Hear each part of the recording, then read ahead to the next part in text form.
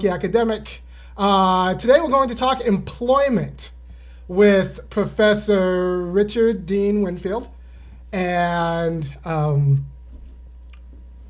Professor Winfield is a professor at the University of Georgia.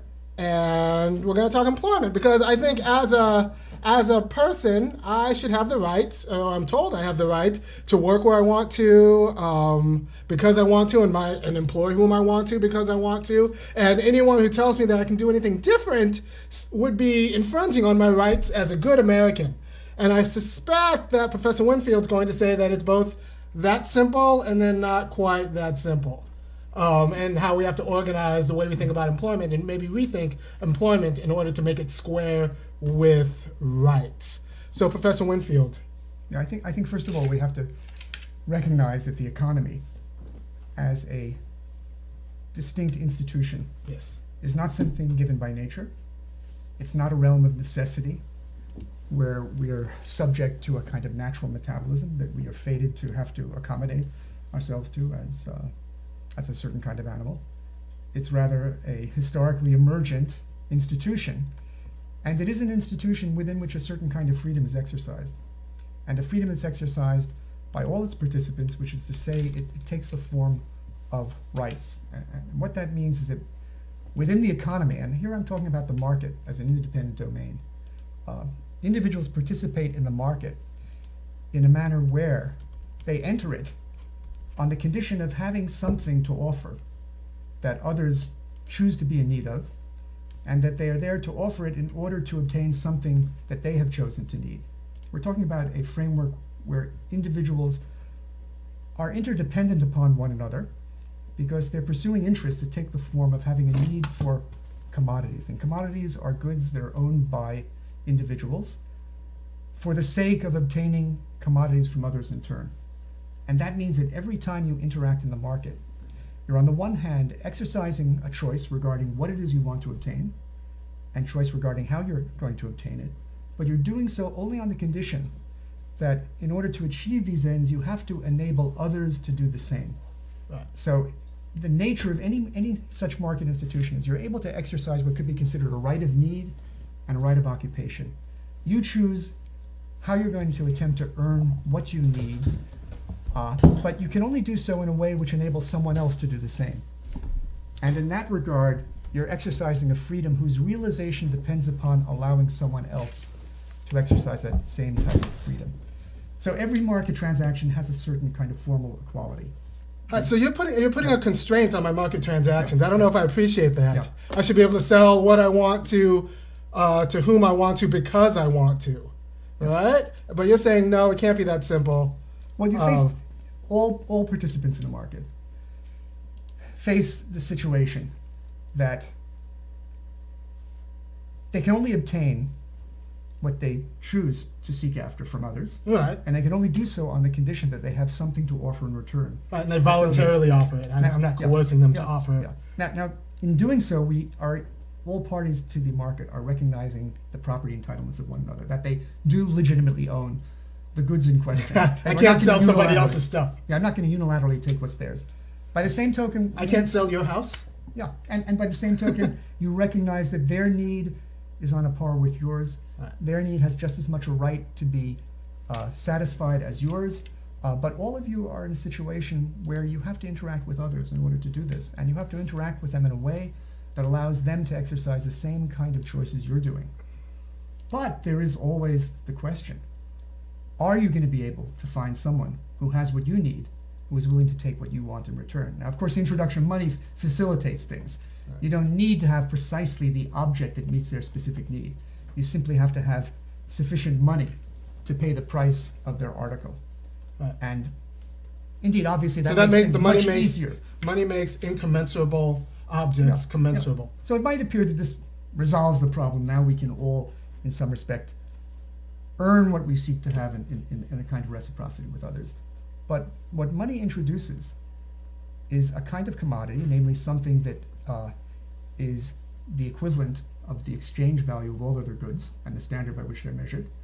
Money is that in which the prices of goods are determined and made commensurate.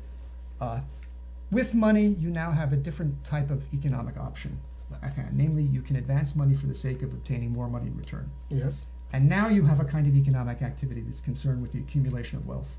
Very different from simply just trying to seek a good of your own that will satisfy a particular need. So at the first stage, I used money to exchange with someone else for something that they have property, they have an ownership over. To satisfy utilities. Now I could use money to make money for the sake of making money. Now, once you have a plurality of economic agents who engage in the pursuit of wealth, for the sake of wealth. For the wealth, this engenders a competitive situation where, in order for them to remain viable, they have to, in some respect, offer whatever they're putting into the market, goods, services, in a way that's more attractive by price, by quality, etc., by marketing strategy. And to do that and be viable, they have to have more capital to invest. They have to expand. They continually have to grow in order to stay afloat. And what this involves is that it's no accident that the market becomes an economy in which more and more economic activity becomes absorbed into the activities of profit-seeking enterprises, but also the profit-seeking enterprises are not led by an individual who does their own work or who simply employs one person. Rather, because of the demands of competition that require growth and expansion and making use of all sorts of economies of scale, there ends up being more and more of a polarization among the participants in the market, where more and more people are employees or provider of services for a far smaller number of enterprises.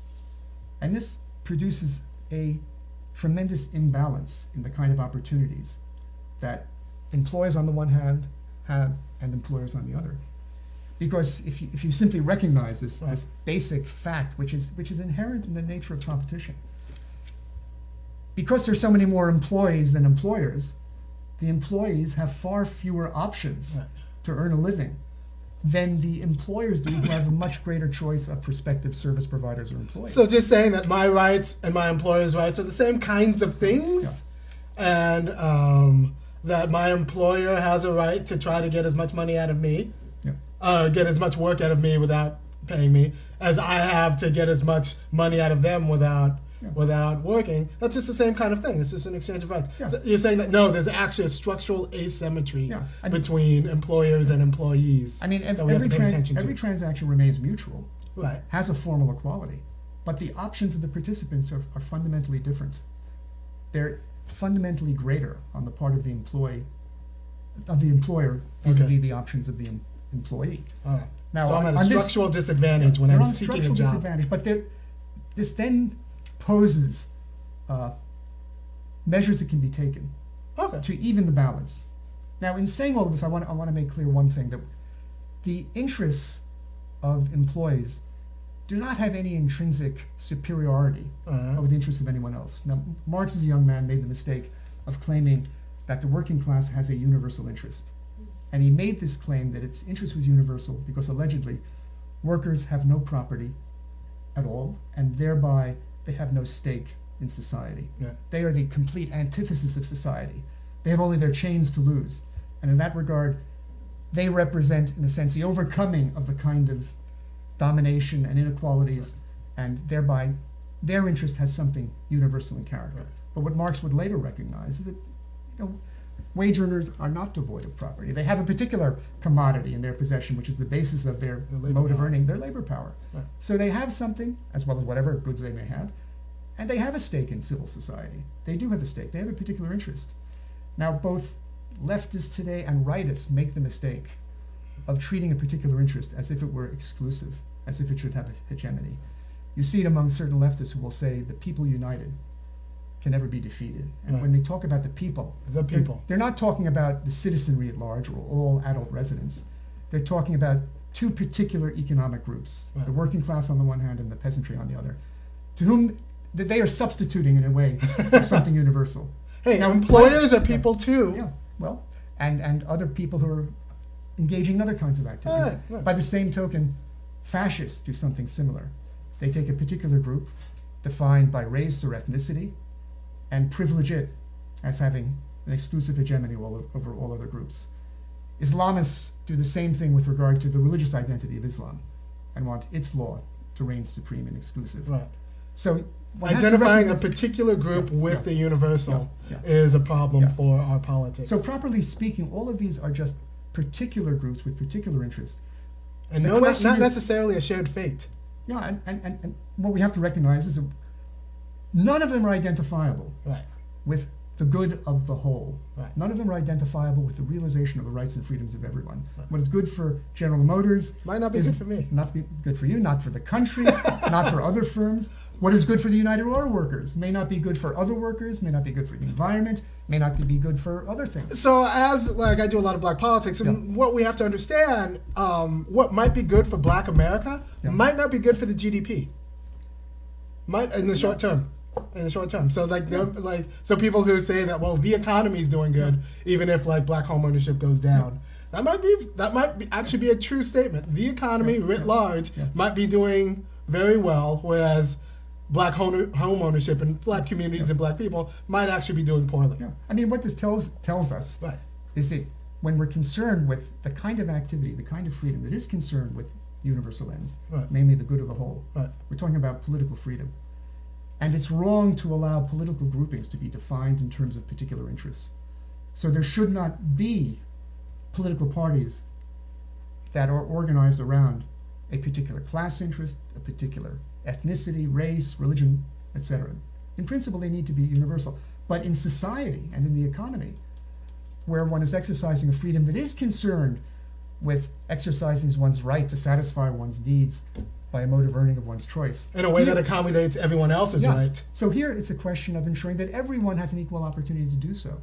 And if the market is such that when it's not in any way impinged upon, one particular group ends up having an imbalanced opportunity, something has to be done, not to privilege a particular group, but to ensure that equal economic opportunity is at hand, that we have economic rights being realized. So we've identified a structural imbalance between employers and employees. And we're not trying to privilege employees as like some sort of special universal group, but we're just trying to write what can be accounted for as a structural imbalance in the way they fulfill their options. And note that this imbalance is not directly altered by the fact that the ownership of an enterprise can take multiple forms. Right. An enterprise or an employer can be owned by an individual, can be owned by a family, it can be owned by a public authority, a state, a municipality, a government.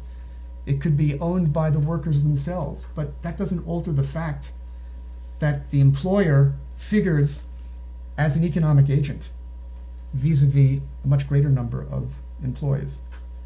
The employer is a person in that sense, despite those who want to argue that Citizens United was mistaken, that firms are not persons. They are persons, but no person has a right to use its economic wealth to gain disproportionate political advantage. Okay, we can say that no person has a right to use their economic wealth to gain disproportionate advantage, but we don't want to say that an employer is a person, or the employer as employer, like the company, the firm is a person in the way that it seeks truth in the same way that people can seek truth, because corporations have a fiduciary responsibility for shareholder profit, not Well, again, here you're speaking about a particular type of ownership, namely shareholding capital, right. Which I think one can make an argument that the nature of competition fosters shareholding capital as a predominant form. Why? Because by allowing the firm to obtain capital from shareholders anywhere in the world, it allows the firm to gain access to more capital than any other kind of arrangement. And that could have ramifications concerning on their personhood. Also how widely dispersed ownership is. Right, there are various options, but that doesn't alter this particular issue concerning the imbalance in the options of employees on the one hand and employers on the other end. And we have to think about what are the remedies, what can be done. Now I'd like to suggest two domains in which something can be done. One has to do with the way in which the enterprises themselves are governed. Because as they tend to be governed, whether they're public or private, the employees do not ordinarily have any voice whatsoever. So we identified a structural imbalance, but it turns out that instead of this structural imbalance being redressed, it's habitually exploited. Well, or that the actual management of the enterprise, be it public or private, the control of how the enterprise operates is something in which employees have virtually no role. Right. That's one side of it. Right. So I think one can redress the imbalance in opportunities of these two groups by giving employees a significant role. And that's what this is about. This is about redressing, Yeah. redressing the structural imbalance and inequality and opportunities between employers and employees. Yeah, and one way of doing it, which as far as I know has never been implemented in the Right. United States, it has been implemented to some degree in other countries, particularly in Europe, and that is to ensure that the governing board of, in this case, private corporations, Right. have a certain number of representatives of non-managerial employees. And I Okay. would suggest if you want to ensure that the employees really can have a say, that it would have to be 50%. Okay. So that they actually have a legitimate veto. Right. And this would have great implications for the way in which a firm will make decisions concerning laying off people, Right. Outsourcing, what will be the differentiations in pay between CEOs. It wasn't that long ago when CEOs only made 20 times what the average worker did. Now they make more than 300 times what the average worker did. And because they assign their compensation by the board, if we put Yeah. workers on that board, Yeah. it might right the So it's a structural possible. It's imbalance. not guaranteed, but it's possible. Because right now, This who's will- that this board will- made up of? Yeah. Right, as it Exactly, stands, who's the exactly. board made up of? And usually they're cronies of the CEO. Okay. It's not someone who's going to restrain the CEO Right. and give them anything but fantastic pay balances and ways of being laid off with Right. tremendous benefits. So, all right, so So that's that's one side of it. I know, but That's one let's side. do this. So that seems to work with something like GM. Now, what about, let's take it closer to home. What about university president vis-a-vis the trustees? Would you have Well, if you think of a lot of public institutions, right, think about how generally public education is hired in many places. You have a board of regents. right, The board of regents typically cronies. does not include educators, let alone staff people.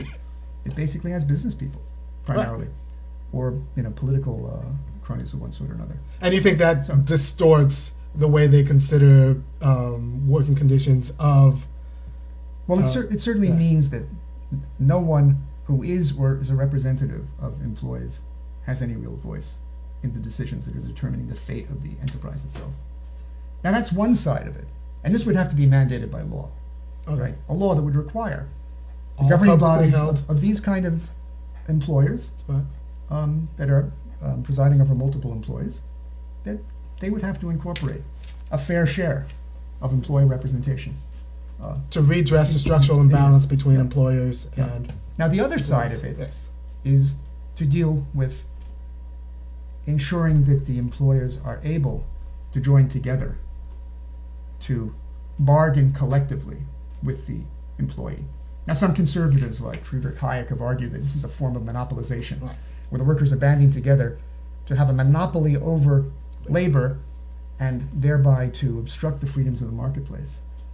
So someone like Hayek, although he generally speaking is for complete laissez-faire, he is willing to break up monopolies as a way of getting back to so-called true competition.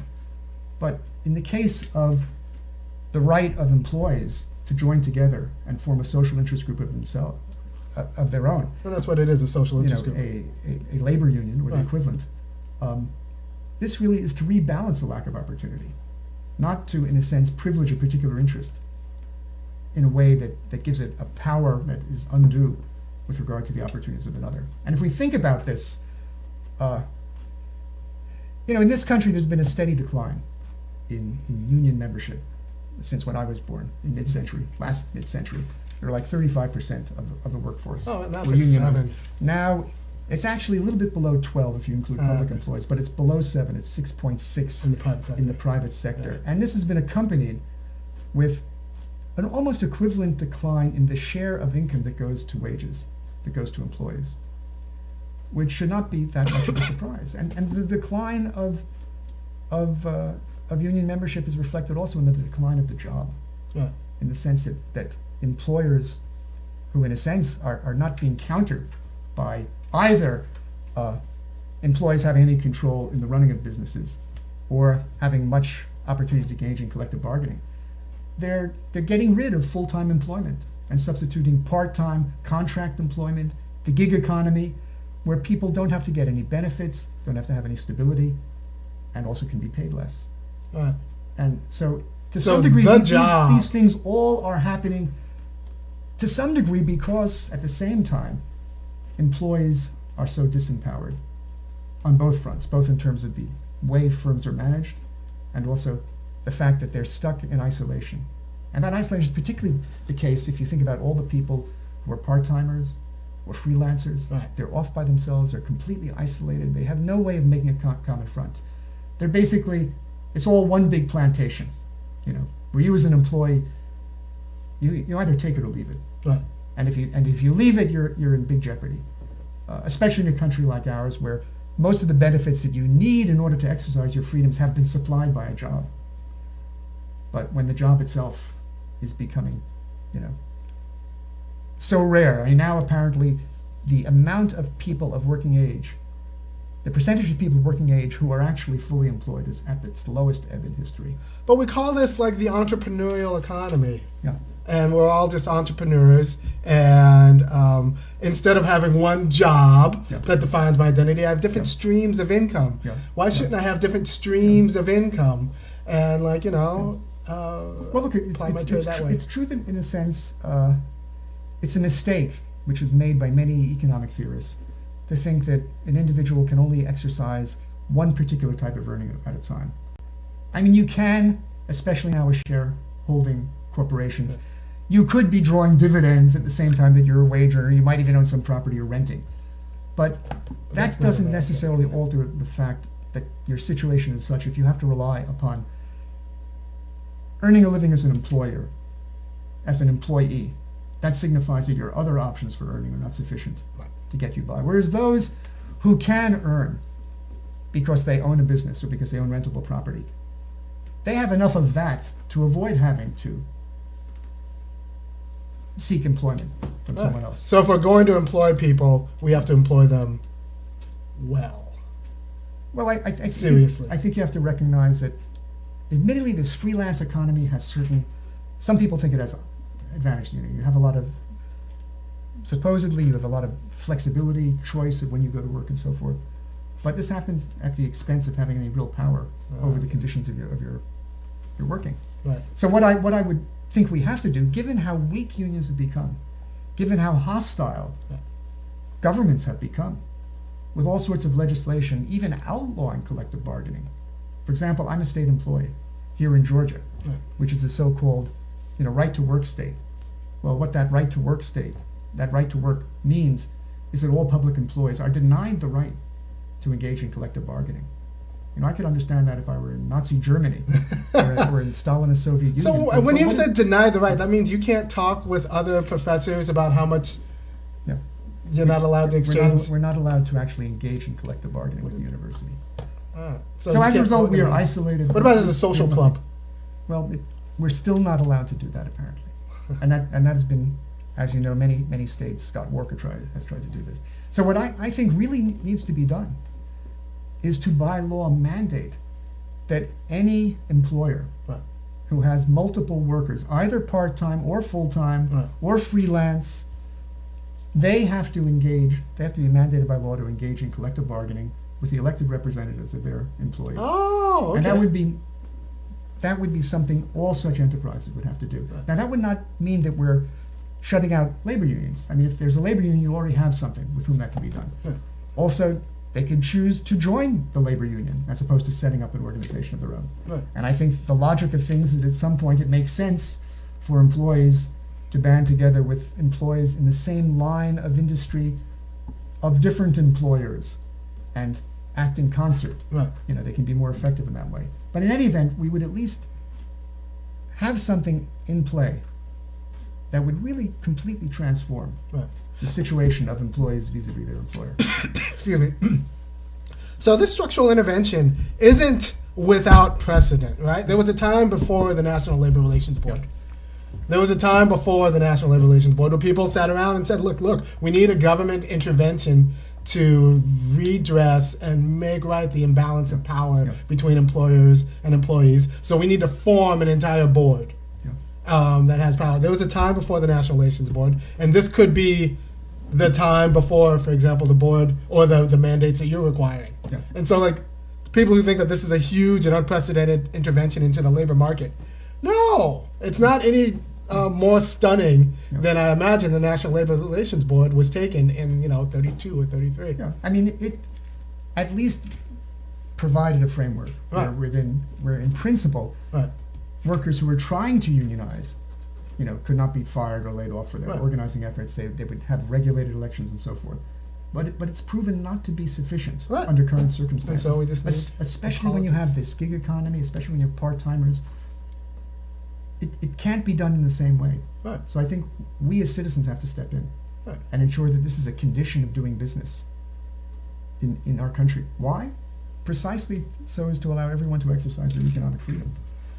All right, so let's talk about. So this is universal, not unionization, universal. You could call it collective bargaining if you want. Universal where- collective where, bargaining. Employees would have elected representatives Right. who would be able to put their case to the employer. And this would go all the way to the top, right? When we, with regard to transnational labor, transnational business agreements, right? Yeah. So Well, these representatives would also. and this is one of the factors that makes it difficult for Right. trade unions to succeed in the current environment. With Right. corporations becoming more and more multinational, they can always attempt to ignore the demands of workers in a particular nation by transferring operations somewhere else. Right. So ultimately, this would be something that would have tremendous impact domestically. It would have to be coordinated, ultimately, with similar organizations elsewhere. Right.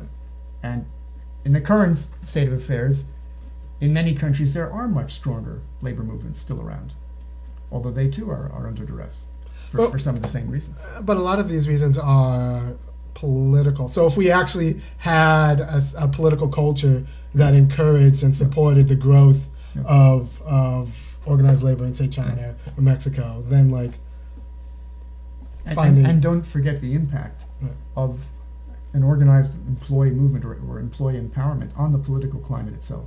Right. Oh, okay. Because in the current situation, it's almost an imperative of competition that firms use their resources to gain as much political influence as possible if that promotes their competitive situation. So they're Vis-a-vis other corporations Well, or other their fir- employers or or their anything. employees. But Yeah. they are driven almost as a matter of survival. As long as we allow them to do this, to pour their money and resources into the political sphere and try to influence voters, try to influence, elected officials to promote their policies. This is itself rooted in the dynamic of competition. That also has to be curtailed in some way to protect, our equal political freedom from the domination of particular social interests. Okay. And obviously, altering the character of management will have a role to play on what kind of political interventions employers are going to be motivated to engage in. Altering the character of management. Okay, so there's going to be pushback from management. But, on some level they might be resentful of their situation also, so who knows. I mean, we will be redeeming them in a sense because look, it's not as if all managers or owners or leaders of employers are only completely self-interested and have Right. contempt for their employees or for the environment or for the public interest at large. Right. But they're in a situation where if they go Have out a of their fiduciary way, responsibility. but if they exercise that and they do so in a way that can be undercut by competitors, it's not going to be viable. So if we make it a condition for doing business that you have to give your employees due respect, then they can be ethical. They can be They ethical. can be ethical and economically viable. Well, good. You know? So just make it a condition of doing business that Yeah. obviously you're going to have to bargain with your employers, Yeah. your employees. And then you use, obviously, you can do that within a nation as a whole. Right. Then the question is, to what degree is this harming the competitiveness of domestic economic activity vis-a-vis what's outside?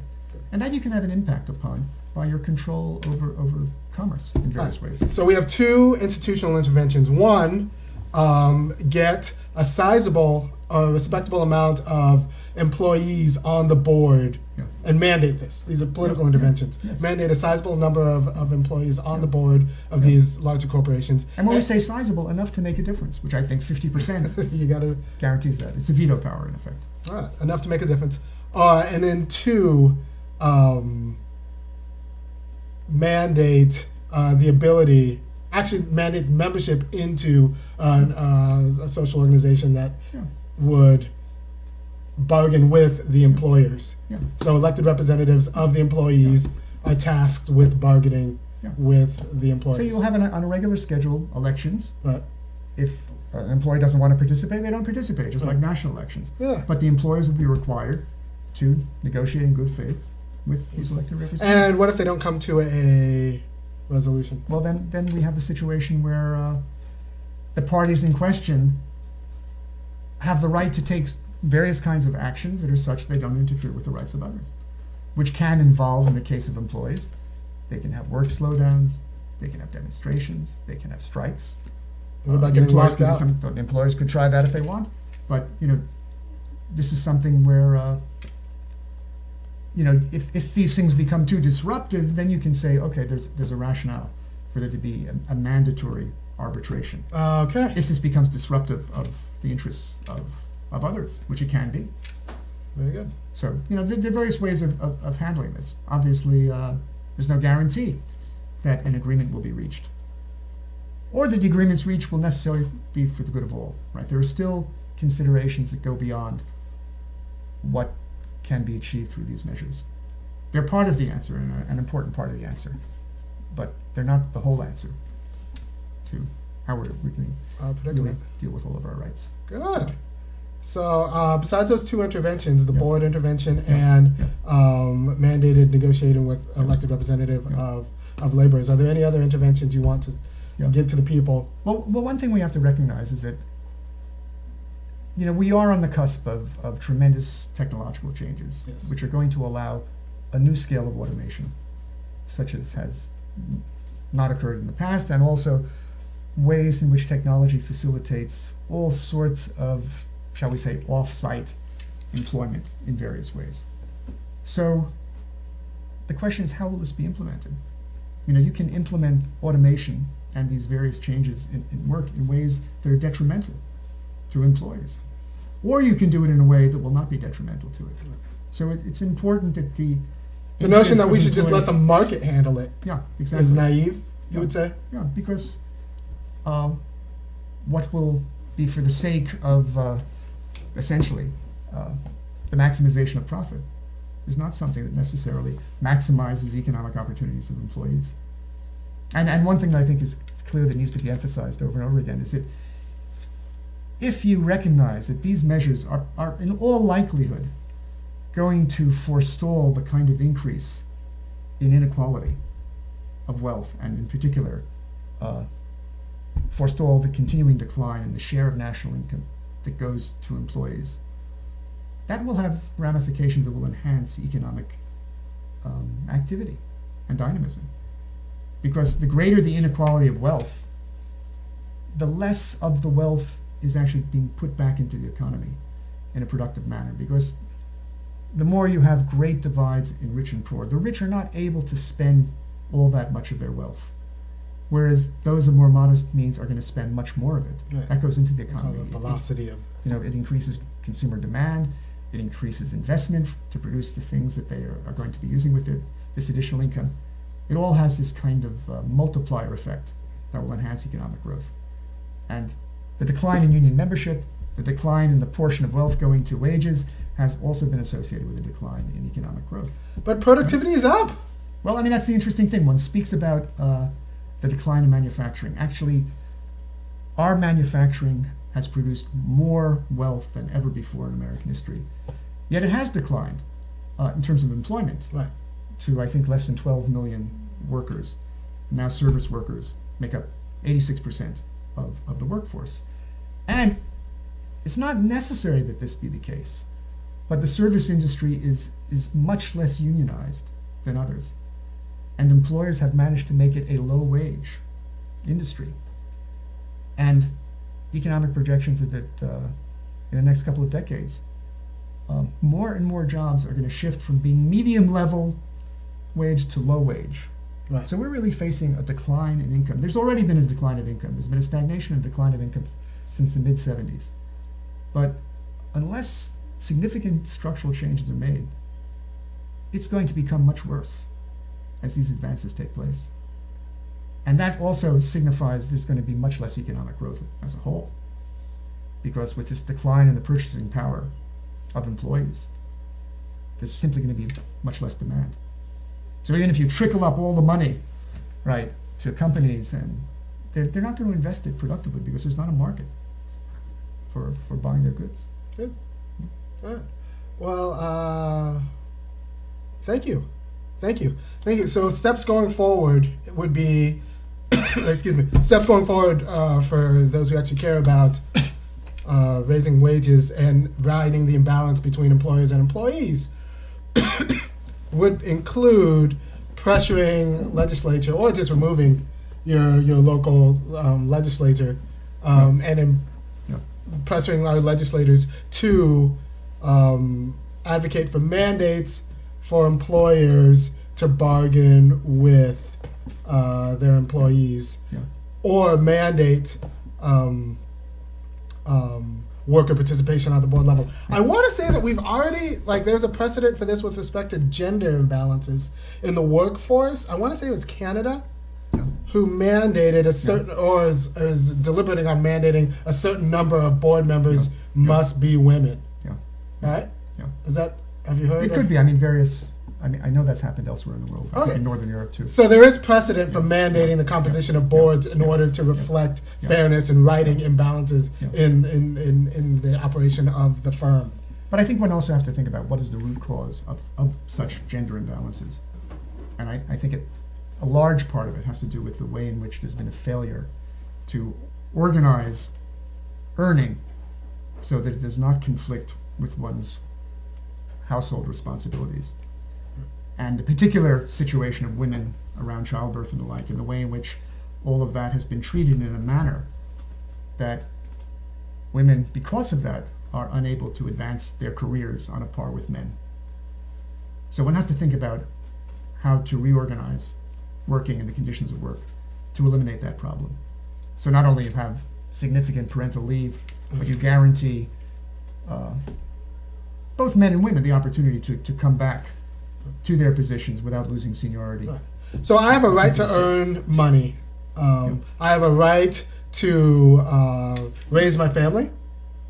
And I have a right to participate in my government. Right? So that also has implications for the workplace. So that, for example, if you're an employee, your employer should be obligated to hold your job for you if you choose to run for office, as well as there should be some means to supply you with income while you're running for office when you can no longer do your job. But you should also be able to come back to the workplace and without losing seniority and so forth. Otherwise, how can most people have a chance of exercising the right, to run for office? So all of these spheres of right have to work in tandem. And if there's some sort of